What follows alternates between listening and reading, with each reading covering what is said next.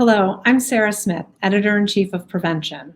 And on behalf of Prevention, Healthy Women, and the Women's Alzheimer's Movement, I welcome you to part 2 of You and Your Brain, a 3-part webinar series for everyone who cares about brain health. Last week, we looked at aging in the brain. Today, we're going to talk about how to navigate a dementia diagnosis. And next week, we'll dive into promising advances in medicine and technology. Prevention has a long history of bringing together science and wellness, and we've made a commitment to amplify the conversation around brain health, which is why we're so glad to be working with the Women's Alzheimer's Movement, a true leader in this arena, and Healthy Women with their deep commitment to improving women's lives. We're here together because women make up 2/3 of Alzheimer's cases in the United States. And perhaps not surprisingly, women also take on the majority of the responsibility of caring for family members with the disease. And there are so many questions, unknowns, and emotions when a dementia diagnosis becomes part of your life in any way. So I'm thrilled that we have gathered leaders in brain health and caregiving, as well as people living with a diagnosis who will share their insights with you today. But first, I'm honored to introduce our moderator for today's webinar, the incredible Joan London. Joan is an award-winning journalist, best-selling author, television host, and motivational speaker. For nearly 2 decades, she greeted viewers each morning on Good Morning America, making her the longest-running female host ever on early morning television. As an ardent health and senior advocate, she has testified before the Food and Drug Administration, advocating mandatory mammogram reporting, and the Congressional House Ways and Means Committee, advocating for the Family Medical Leave Act. She is a mother of 7, including 2 sets of teenage twins. And like many of us, she has juggled being a working mom while caring for an aging parent. She is the host of the Washington Post Caring for Tomorrow podcast series and host of the PBS television series Second Opinion with Joan London. She has served as national spokesperson for various organizations and is the author of numerous books, including her wonderful latest, Why Did I Come Into This Room? A Candid Conversation About Aging. We are so fortunate that she could be here today because she is the perfect person to lead this important conversation. Thanks so much, Sarah. And of course, I made the title of my last book, Why Did I Come Into This Room?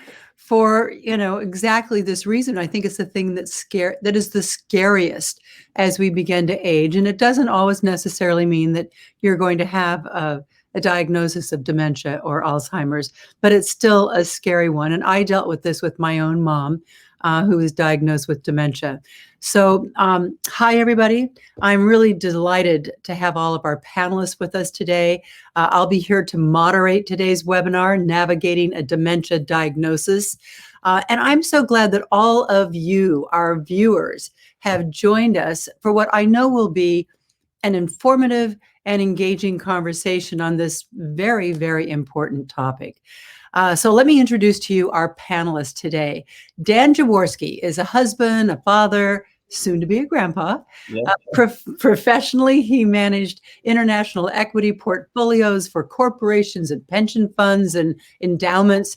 He is also an avid basketball fan and has spent numerous years in the coaching world for both high school and Special Olympics.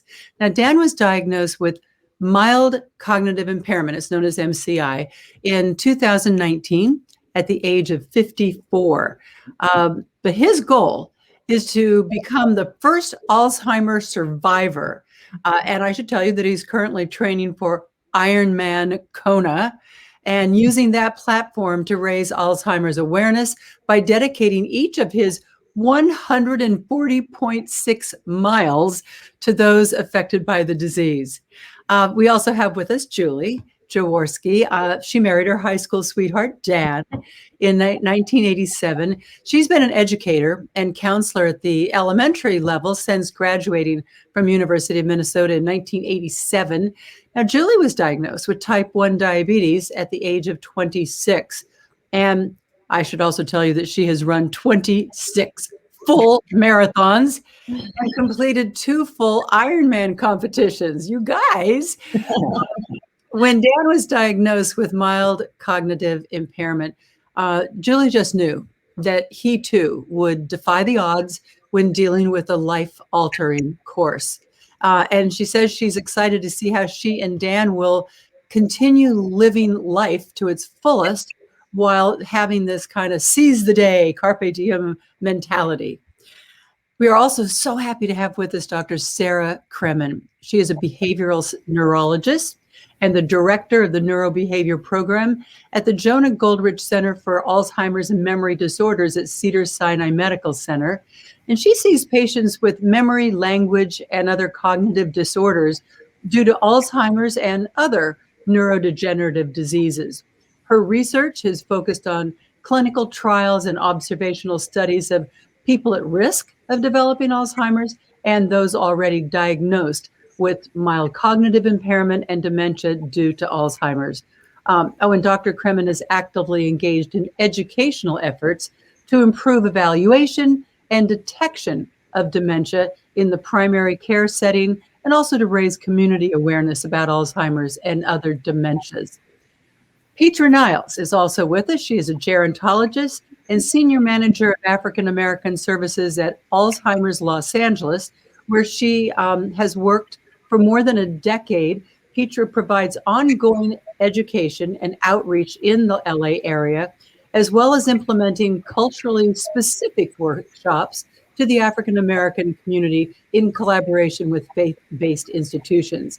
And by bringing together community members and professionals from various agencies, Petra seeks to increase awareness of Alzheimer's disease and also improve service delivery.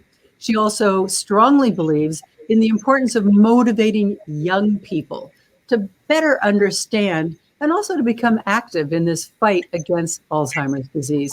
We thank you all for being with us today. I want to start with you, Julie, because I want to ask you, I mean, my mom had dementia, and I think back to when I started seeing things that were a little different. How did you know? What did you see that made you think something's going on? You know, that's such a great question, and it's something that everybody asks me that. I knew that something was bothering me because not only did I have to keep repeating myself, but I was also making sure he wasn't looking at his phone. He wasn't looking at the computer when I was telling him something. And this went on for a few months, and I was starting to go crazy because it was things that he couldn't quite hold on to. And about 6 months after I started noticing that I was having to get his complete attention to tell him something, we went on our family trip, and I told both of our kids, I need you guys to tell me if I'm going crazy or are we repeating ourselves an awful lot. And after the trip was done, they both looked at me and said, please take him to see a doctor, please. So cognitively, he just wasn't, you had to like kind of input it a couple of times and he had to be totally focused on you, so that people understand? Yeah, completely focused on me. And but then even afterwards, like he still didn't do some of the things that I had asked him to do, or whatever the activity was, because it wasn't there. He didn't have it in that memory. Were you cognizant, Dan, that something was going on? And what was your response? Not at that point. So when we were on that trip, they noticed things that I didn't. And when we got back from the trip, what happened where I was really kind of my Houston, we have a problem moment was soon after we got back from that trip, we were traveling to a college that's 2 miles from our house that we've been to literally hundreds of times. And we're driving there, and it's called Rollins College. And I looked at Julie and I said, where are we going? And she said, to Rollins. I said, I know that, but how do we get there? And so I had been to this place so many times. And at that point I knew, okay, something is seriously wrong. When you actually got the diagnosis, when you heard those words, what was your initial reaction, your initial response? Yeah, I was out running when this happened, and my doctor called me, and I answered the phone because I'd been going down the whole testing route. And he said, I'm sorry to tell you this, you've got mild cognitive impairment consistent with Alzheimer's, likely to lead to dementia. And that put me on my knees at that point. I mean, at that point I was, and he did add this too. He said, we can't be 100% certain without an autopsy. And I told him, Doc, I don't need that kind of certainty at this. Thank you very much. Right. But I just remember, having that conversation, hanging up. I've got one knee on the ground. I'm just wiping away some tears. And, it's a very strange thing because I did two things in quick succession after that. As one was call up Iron Man to try to get into Ironman Kona. And the second was to get a Carpe Diem tattoo. So, yeah. All right. But so a couple of things. Is this in your family? Did you have any inkling? Did you expect it at all? Like, you're a guy that's out running constantly, seemingly like a picture of health. I knew during the testing process. I mean, it's kind of like a basketball player. You have a number of shots, and if you keep missing those shots, you're not a good shooter after a while. And so, we had, like, early on, one of the tests was they measured your hippocampus, and it was 24% of normal in my case. And so there was, and so all of the tests kept coming back to, like, God, I got to make one shot, don't I, in this? And unfortunately, the cumulative impact of that is that, there's definitely something there. There was no question, I think, on anybody's. But it was hearing those words, like, really meant it was for real. I hear you say that your hippocampus was 24% of what it should have been. I mean, Dr. Kremen, walk us through what's happening in the brain as this starts to happen and the diagnosis finally comes about for dementia. And how quickly do people change? Right. Well, and so, the long-going hypothesis more recently for the past 10, 20 years has been this amyloid hypothesis. And though we know that there is much more than just amyloid that's causing the problem, the belief is that for a long time, when people are normal and healthy, we develop increasing amounts of amyloid in the brain. And this isn't good for the brain and causes inflammation and other bad effects on the brain, which leads to tau, which is another protein in your brain, which is actually inside of the neurons of your brain, which are helping your brain, form thoughts. The tau misfolds and it hurts the neurons, basically starts to lead to degeneration of the neurons and they start dying. And when that happens, that's when we start to notice that people are having difficulty. And that's when they usually come in and say, I think there's something going on. I think there's something wrong. How fast this happens, on average, we say that an Alzheimer's diagnosis is about 10 years, but, we know people who live with it for 20. So everybody takes an individual path through this disease. Well, one thing that I'm thinking is that, and even researching the brain for my latest book, I learned that if we exercise and pump that oxygen and the nutrients and everything up to our brain, that we can create neurogenesis. And that those are the kinds of neurons that are the most likely to be able to connect to the central system, I'm saying in very lay terms. But here you have somebody who was doing that. Do you think that staved off, or that it helped? Or when you have this predisposition, is it just an inevitability? Oh, no, I believe definitely that exercise has a very important role. There is a lot of research around exercise looking at how when one exercises, it boosts up good chemicals in your brain. They're called cytokines, and they are protective. And then there are other types of molecules that are not good, and they're more inflammatory. And there is a balance between them. And what they've shown in dogs and mice, and certainly in humans, is that you can tip that balance. And so I do believe that exercise is a very, very important part of reducing the speed of neurodegeneration. And I do think that it definitely does help people in regards to staving it off to some degree. And nothing is foolproof, but absolutely exercise is a big part. Well, Dan, and you've been running for all your life. Is that a thing with you? I played sports in high school and college till I blew out my knee. And then I've been doing triathlon for a while. So okay, it's one of the four stools for me, the exercise. So one of the four. You may have delayed the onset. Would that be fair to say, Dr. Kremen? Yes, yes. Mm-hmm. Yeah, no, exercise can definitely help try to, if it's going to happen, it will probably happen, but how fast it's going to happen and how dramatically definitely between exercise and also other factors that are very important over the course of our lives play a big role. Petra, I want to bring you in here to talk about the emotional response. And I'm sure there are many different emotional reactions to this kind of diagnosis, both on the part of the person diagnosed and also the family members. Can you talk to us a little bit about how these reactions vary and why that's normal? Thank you for that. As Dan shared, this could be a time where many are just feeling overwhelmed. There can be sadness, grief, despair, disbelief, anger. There can be a combination of just being overwhelmed with what they have heard and not recognizing or understanding what the diagnosis means. And some are actually in shock, and after many weeks, then become aware of what the diagnosis is. So there are a variety of feelings and emotions that individuals have upon the diagnosis. And this is normal, the feelings of powerlessness and not sure what are the next steps and where do we go from here. So many are in this situation. You know, I hear like he immediately took a knee, but then he immediately signed up for Iron Man. You know, and others probably go through that typical reaction.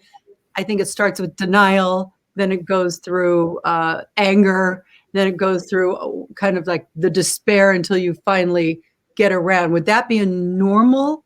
Not to say you're not normal, Dan, but I am normal. God bless you. But Petra, would that be kind of a normal response that people should kind of expect to not beat themselves up because they're going through that? Absolutely. It's grieving a loss before it actually occurs. And these are the stages of grief, as you just mentioned, Joan. And yes, it's common. What did it mean, Dan? What is that diagnosis meant for like just your daily life? Right. It's kind of like everything's changed and nothing's changed in many respects.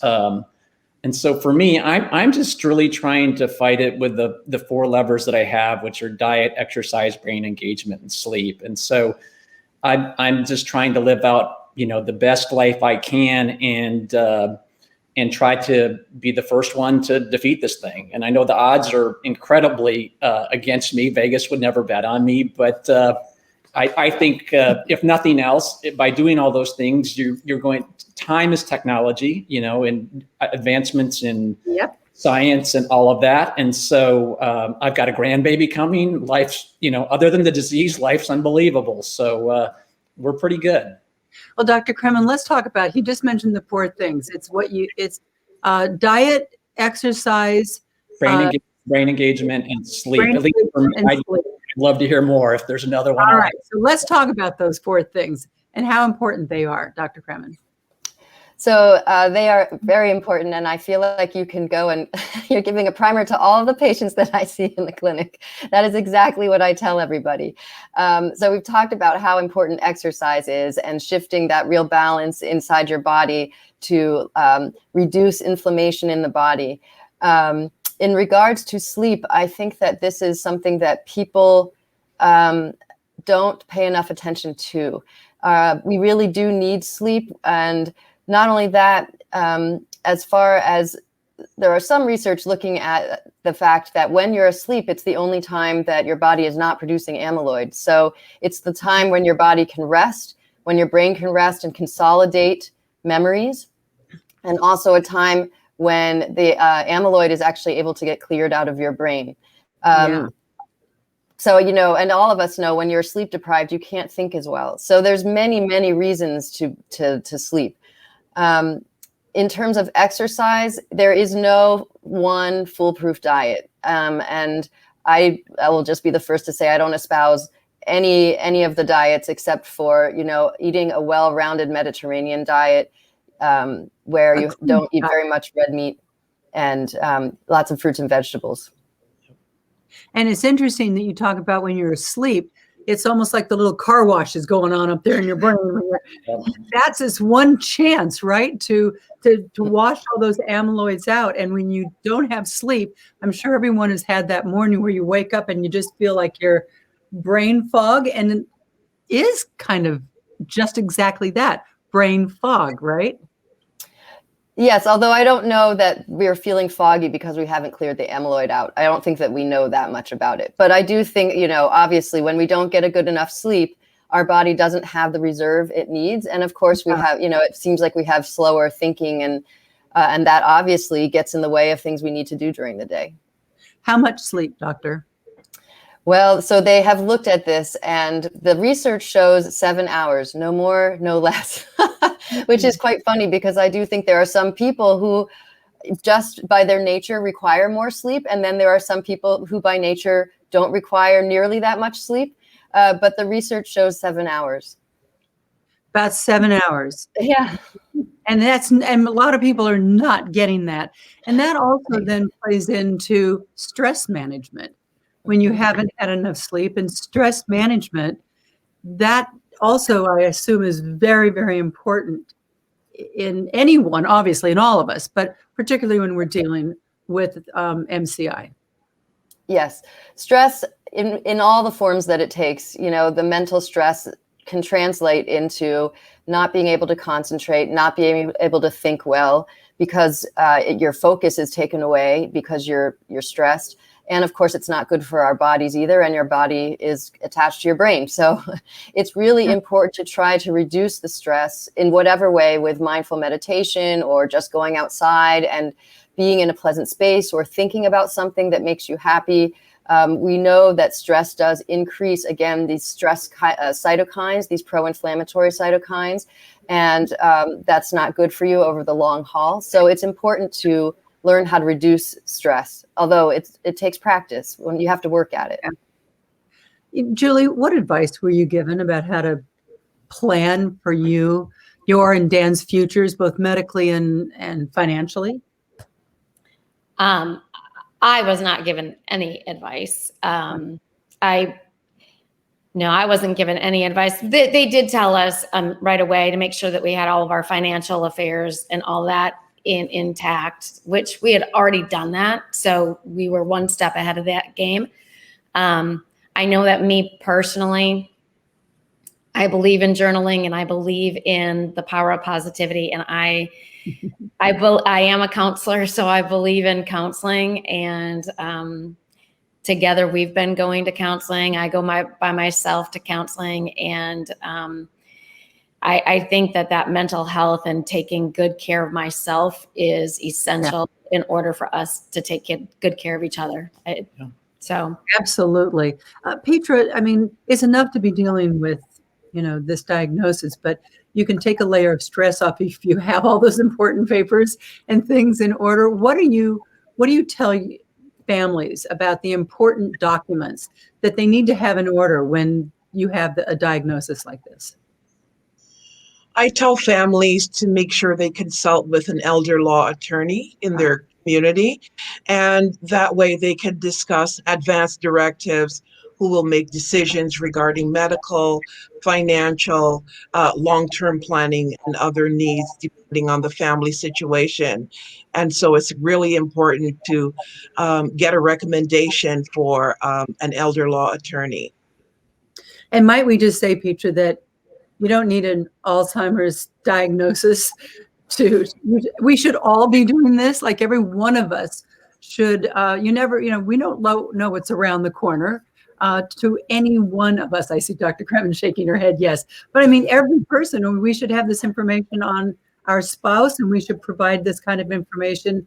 I mean, this is the best gift. Anybody watching, this is the best gift you will ever give to your children and grandchildren, is to have all of this information, all those important documents, the HIPAA release, the advanced care directive, all of these things. Otherwise, when someone's life is in the balance, you're going to be the one that's going to be making those incredibly difficult decisions. We have a question from the audience. Let me ask you. The person says, and I'll give this to you, Petra. I live far away from my father, who suffers from dementia. He does not want to move to my city, and I can't move back to where he is. How can I make sure that he's getting the right help? Boy, this is tough in today's world, isn't it? When we all live, families are dispersed to such a degree. Yeah, this example is becoming more and more common. And one of the first things to do is to consider looking up an area agency on aging in the state where you reside, and to investigate whether or not they have geriatric care managers, and speak with the care manager regarding a potential plan, discussing what's currently going on, what are the local resources where your father lives, and to be able to start creating a plan and actually executing that plan. However, it's necessary for the adult child to also monitor what's going on and visit periodically so Yeah. that they know what's going on and can actually see things for themselves. I remember when my mom, who wouldn't move east where I live now, and she's a California girl, and still has some friends out there. And when I would go out to visit her, the wonderful gentleman that was in charge of the residence where she lives said, the most important thing to remember is never drop someone off. Keep coming back and visiting, even if you don't know that they even know who you are or understand what you're saying, because we don't really know how much they understand. So, you were just discussing kind of the nuts and bolts of what we should do. Talk to us, Petra, about why this kind of caregiving can become so challenging. When somebody is caring for a loved one that has dementia or Alzheimer's, and just they don't know what to say or what to do. Partly the role is very challenging. However, you come to this role, whether you are the spouse or the adult child, the first thing is to fully understand what you're dealing with. Mhm. And so having some education regarding the disease, understanding that your role is a clinical one and requires certain duties that you may not be prepared for, but you can be educated about it, from planning day-to-day activities, being the social worker, connecting with the physician and connecting with activities. Um, it's also a role where you may become isolated, and all the things that you did as an individual, you may no longer be able to do that. And so isolation may occur, a loss of friends, the ability to remain in relationships, friends, and going out to activities. And also, it's important to understand that you have to, in all the things that you're now doing, that you have to take care of yourself so that you are able to continue your journey in caring for your loved one. I remember when I would go to visit my mom, and another thing that the gentleman that ran the place said to me is that adult children would come in and they would say to their older loved one who was dealing with any kind of cognitive loss, they'd tell them, oh, Sally did this and Mike did this, and oh, well, what's going on in the life of their children? And the older person would say, that's nice, honey.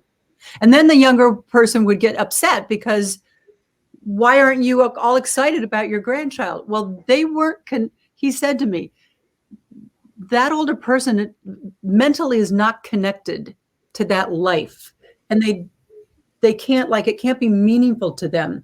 He said, take all the pictures from your mom's youth and make books. I would make up books of her childhood when she met my dad, our early childhood of growing up, and we could sit with those pictures and she could talk lucidly for an hour about each picture.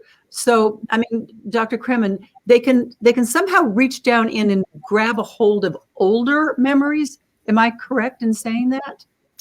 Yes. In Alzheimer's disease, what we know is that most people experience loss of short-term memory first.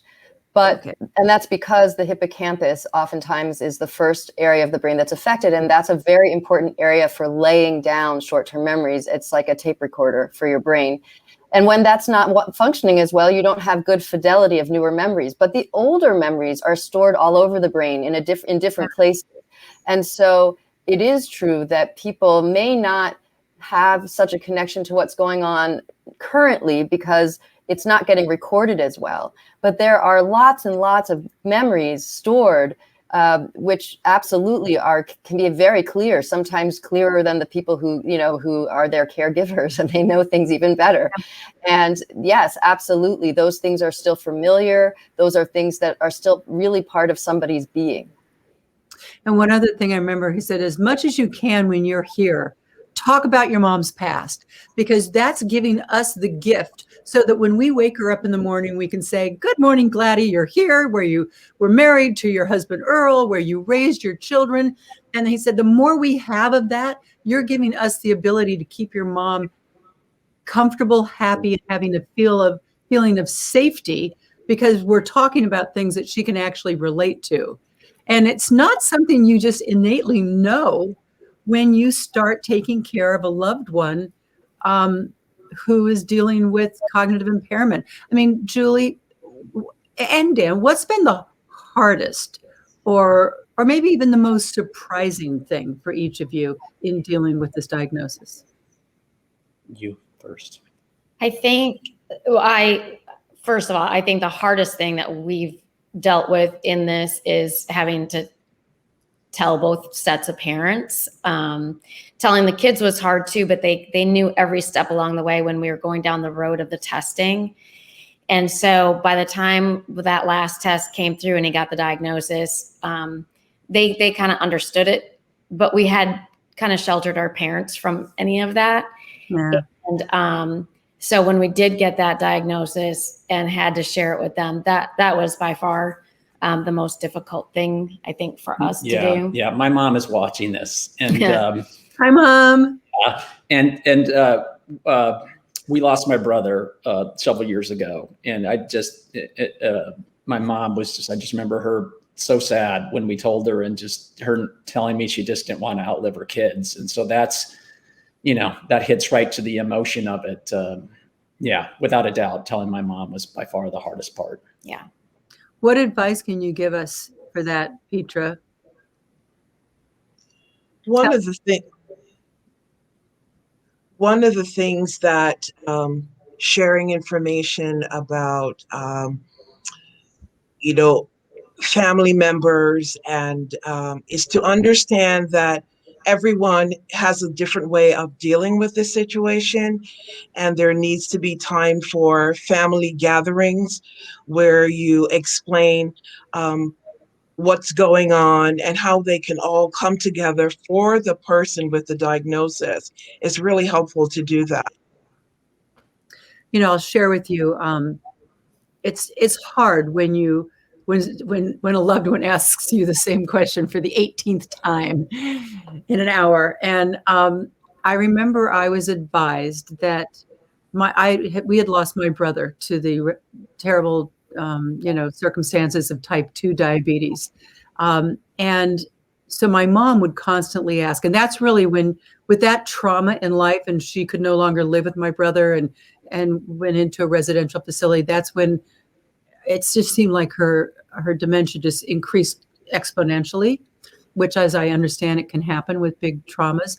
But she would constantly say, where's Jeff? When's Jeff coming? My brother. And I was finally taken aside one day, and they said, don't keep telling her, Mom, Jeff died, because you're making her relive that sadness all over again. There are times in life where a little white lie is actually the kind, compassionate thing to do. And so he would always say, "Oh, he's on a train. He's coming back from a friend's house. He'll be here like in a couple days." And she'd say, "Oh, okay." And I kind of got trained to stop reacting to that constant question. I see you shaking your head, Dr. Kremen. I got good advice? Yeah. Yes, because, it's hard if you think about it. If your short-term memory isn't working very well, then that's your reality. You don't realize, that's your reality. It's not somebody else's reality. And you aren't keeping track of those things. So it is like reliving it again and again. And that's very painful and stressful for that person. So it's better to not harp and focus on what's true or not true at that moment about these things, because it's a losing battle. I mean, somebody's reality is their own reality. They haven't kept that information. So it will be a shock every time. It's like Julie, you said you thought you were going crazy because, like, is it me or what's happening here? Is that Exactly. that's what you were experiencing? I do have a question for you, Dr. Kremen.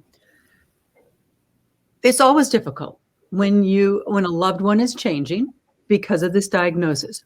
What do we actually know about whether that person that we knew is actually still in there, and how much do they realize? I mean, I've always wondered. I never really knew how much my mom really knew, and how much of the old mom was really still there. Right. Well, that's a very, very tricky question. I don't know how much a person knows. I have no idea. But I do know that even as people are not able to necessarily, stay up with what's going on currently, and they are forgetting things, there's a lot of them that's really still there. One of the things about Alzheimer's disease is people really seem to retain a lot of their social graces and a lot of their personality, and things that they loved before, they're still going to oftentimes still love, and they'll sometimes still crack the same jokes or have the same reactions to things. And so you can see that somebody's in there. There's definitely, and it's not the same thing for every person, but certainly there are these charming moments that occur in my office all the time where you can tell that somebody's in there. You can tell that they're a person. They may not be able to remember what happened yesterday, but they are themselves. There's no question of that. Julie, I'm sure that's what you had to be shaking your head. Yep. Yep, completely. So Yeah. what are your hopes for your future? Such a great question. I guess the biggest hope is that as we go down every day, I mean, our word for the year is today, and so that we focus on getting the most out of every day. I think one of my biggest hopes is that, especially my family with my 2 children and grandparents, that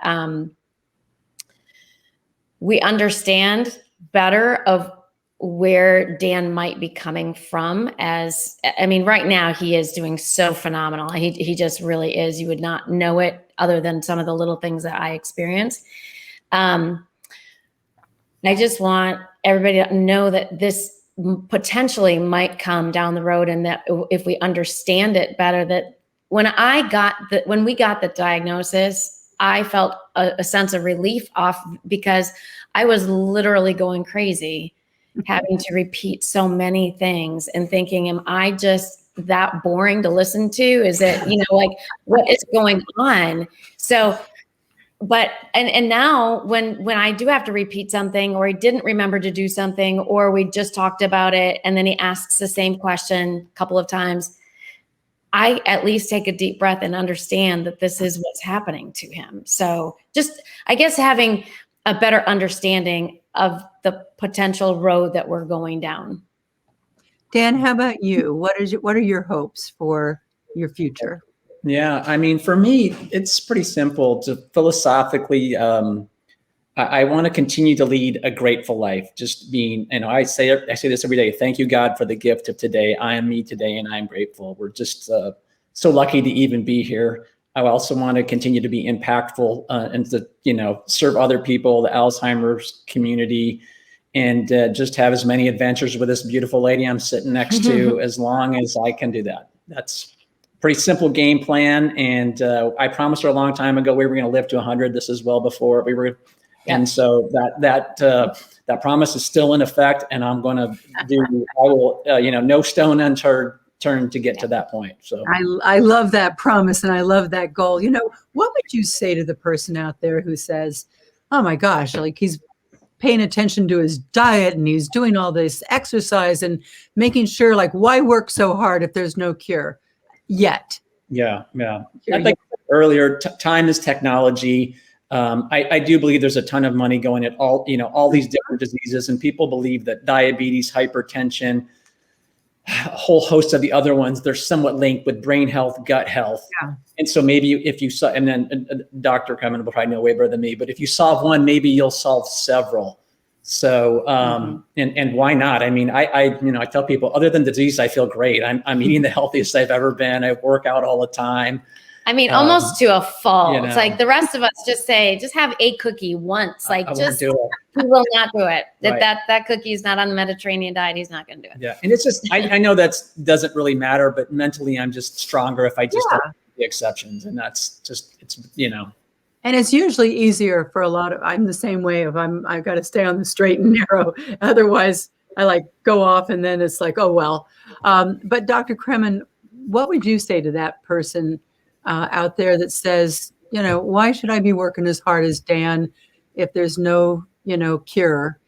What would you say to them? And by the way, there's no cure yet, because I think correct me if I'm wrong, I just saw the FDA approve one of the first medications for Alzheimer's like 3 days ago. I mean, we're at that precipice, I think.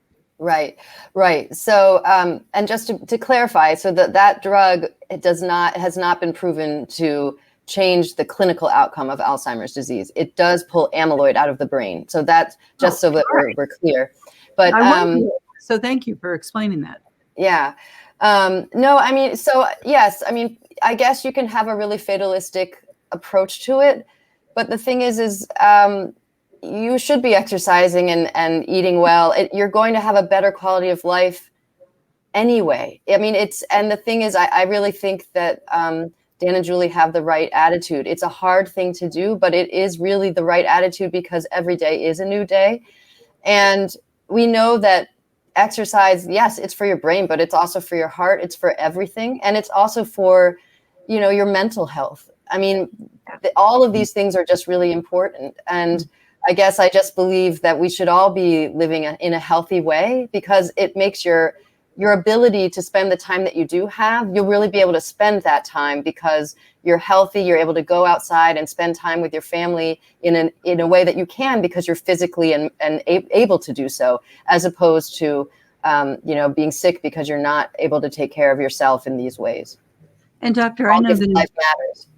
As I was researching all of this, you know, as I was writing my last book, I remember research that said it's really maybe most important to be doing this running and cardio exercise in your 20s and 30s, this is not just information here for like people in their 60s, 70s, or 80s. I mean, first of all, Dan was diagnosed at 52, but there are things we should be aware of and do in our 20s and 30s where it's really important. Am I correct in this, Doctor?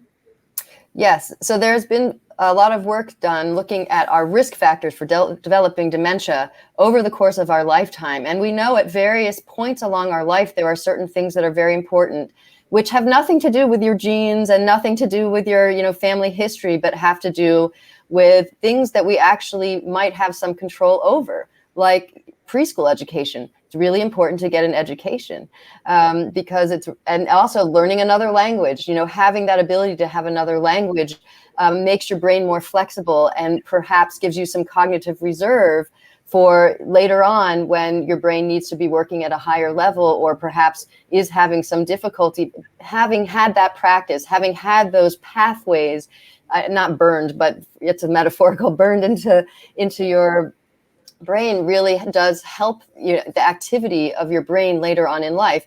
We know in midlife, it's very, very important to manage diabetes. It's really important to exercise.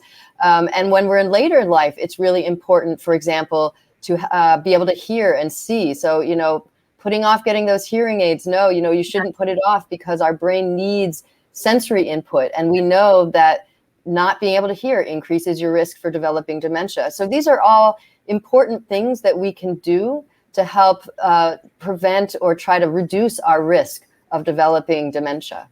And it's interesting because there was just legislation passed to allow the hearing aid industry to really make big changes because boomers, they'll wear AirPods, but they don't want to wear hearing aids. So now I hear Bose and Apple are all getting into the business of making hearing aids at a lower cost that look like AirPods, because it's kind of cool to wear AirPods. It doesn't make you look old. But a lot of people, they don't realize the critical importance of being able to hear. Julie and Dan, I mean, first of all, what advice would you want to just impart today to those listening? Go ahead. You go first. I think one piece of advice is don't be afraid to seek out the help or the guidance. I waited 6 months really before we went down the road, but I think there's just like type 1 diabetes too. I mean, there's a lot of people walking around with it and they just keep pushing something under a rug. Oh, I'm getting older. I'm getting forgetful. I'm this or whatever. And knowledge is power. So seek out the advice and go get it checked. Maybe it is just you getting older. That's great. But maybe it's more than that. And, so that would be my advice. Just knowledge is power. And when we know what we're dealing with, that's easier to go forward. And what would you say to somebody who might think that someone that they love, that maybe there's something wrong? How do you tell them to, what advice would you give to that person? I would just tell them to get that, the testing road, to go to your primary doctor first. They're going to do the simple MOCA test where you draw the clock and there's, what year is it and who's the president and all that stuff. And that's got, I think that's got a pretty high success rate of at least flagging if things are wrong.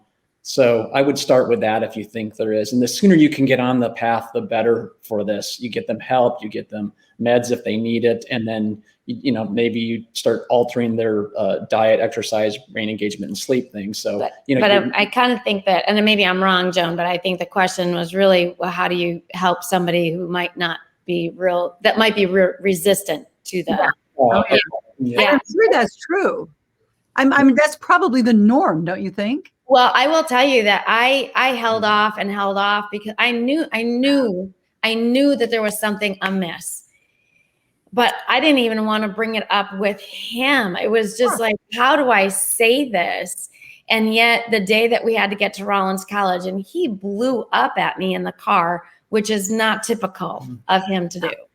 And just yelling at me, tell me how I get there. Yeah. That was the day that I knew we had to have a conversation. And that is, boy, then you better be very tactful, and Petra would be able to help us out a lot more with how we go about asking, but we had to be tactful. And then of course we made the mistake of, I told him that, and then he got on the computer and did every Google search on brain gain, and that was not right either. That was not the way to do it. So the internet can make you crazy, right? Yeah, I don't know that I have a good answer for you. Petra probably does. Petra, I think that Julie's right. Petra, it's the people, the support people, and we have actually a question from the audience. What should I do about visiting a loved one with dementia? My aunt gets so upset when we leave that she actually gets destructive, but I just can't imagine not going to see her. So what should we do? One of the things that was mentioned earlier in the conversation is to go along with the conversation that the person is having, so that you're not saying, well, that didn't happen, or challenging them in any way. Simply going along with the conversation is helpful. Making sure that you're speaking to them face to face and not from behind them or on the side of them. You're also using shorter sentences and not saying a lot in one paragraph. Oh, really? Okay. And that's something that we should be aware of? Yes. How to communicate so that they understand you. So keep it short and sweet so that it's more understandable, not be all like wordy. Yes. Mm-hmm. Yes, absolutely. And for the aunt who gets upset when the family members are leaving, well, you identify the behavior, and that's the first thing to consider. So you understand that whenever someone is leaving, she gets upset, and you can talk about that amongst the family, and to also explore what that actually means. She misses you a lot. Is there an issue going on? And each family situation is different. So just coming together to explore ideas and then adapting. Maybe the time that the family members are visiting is not a good time. And so just to reconsider some things. So you identify the behavior, you're going to explore ideas, and options, and then adapt as necessary. And from just listening to you, it makes me realize how important it is to get that proper support group, and maybe a gerontologist or a doctor who specializes in this, who can give you those little clues, like don't do wordy sentences. And, like those are all like the little clues that make it much easier. I do want to get another question answered, and I think I'm going to give this to you, Dr. Kremen. It's from the audience. After I was diagnosed with early stage Alzheimer's, I found that once doctors see it in my medical chart, they treat me differently. I feel dismissed, or that my questions and concerns are not taken seriously. What should I say to doctors that treat me this way? Are there buzzwords to let them know that I'm still an intelligent person? Yes, I'm so sorry for that. I see that a lot. And what I would say is look them in the eye and don't be afraid, because they're a doctor. They're also a person, and so are you. And I would just say, doctor, I want you to address me. I'm the patient and I care about me. And I'd like you to talk to me about what's going on with me. Really, and that's okay. I really do. I mean, you can do it in a polite way, but it's okay to say that. There's a lot of, there's hierarchy in medicine, and everybody's always afraid to go against the doctor, but you're the patient. And if you can tell that that's happening, just politely say, doctor, I'm concerned about me, and I am happy that my family is here to be my second pair of ears, but I want you to talk to me. I want to be, have in this relationship, and, it's my care. Support is so, I'm sure Julie and Dan, support and the people that you have around you. And I don't just mean family, but I mean the experts who can advise you medically and legally and all these things has got to be incredibly important to how to live out your life with the diagnosis, right?